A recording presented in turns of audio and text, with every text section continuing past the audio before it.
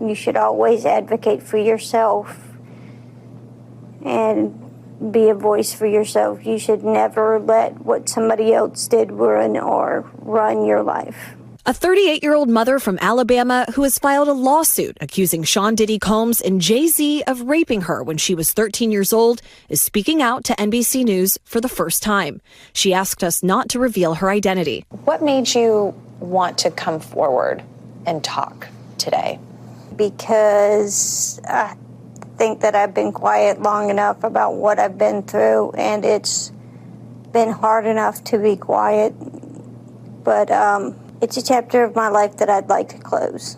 An NBC News review of her account found inconsistencies with her allegations. She says that she went to the MTV Video Music Awards in 2000 to catch a glimpse of her favorite celebrities. You weren't scared to be all alone? No, with having autism is like feeling like you live your life in a shatterproof juggle ball. The world's on fire. The fire is inside the ball with you, but there's no way for you to get out. In addition to having autism, the woman says she suffered a head injury. The night of the 2000s VMAs, she says a friend drove her from Rochester, New York to Manhattan, a more than 5-hour drive. Her attorney provided NBC News with the name of the friend who has since died. The woman says she spoke to Combs's limo driver, who offered her a ride to an after party. I stumbled upon Diddy's driver, who told me that I was exactly what Diddy was looking for. What did you think when he said that to you? I thought it meant that I was just pretty.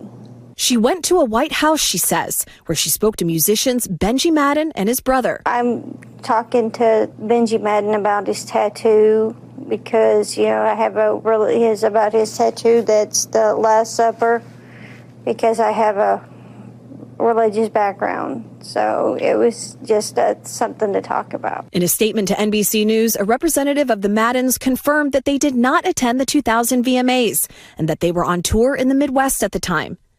At the after party, she says she had a drink that made her feel woozy. Then she says Combs and Carter took turns raping her while a female celebrity watched. JC comes in and rapes me. He at that point I was fighting, trying to get away from him, and he put his hand over my mouth and told me to stop it, cut the.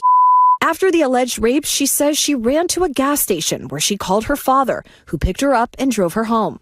We rode home in silence. He didn't ask me what happened. He didn't ask me what I did or where I was. In an interview with NBC News, her father said he could not verify the claims. Quote, "I felt like I would remember that, and I don't. I have a lot going on, but that's something that would definitely stick in my mind," he said. When we asked the woman about the contradictions in a phone interview on Friday, she said that she stands by her statements.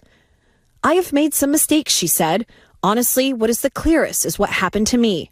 The inconsistencies in her account of an incident alleged to have happened 24 years ago does not necessarily mean the allegations are false. The accuser's attorney, Tony Busby, said, "Because we have interrogated her intensely, she has even agreed to submit to a polygraph. This has been extremely distressing for her, to the point she has experienced seizures and had to seek medical treatment due to the stress." In a statement to NBC News, Sean Carter said this incident didn't happen, and yet he filed it in court and doubled down in the press. "True justice is coming. We fight from victory, not for victory."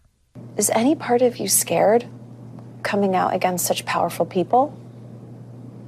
Yeah, I'm scared of what could happen, but I'm more afraid of letting it eat me alive from the inside out than I am of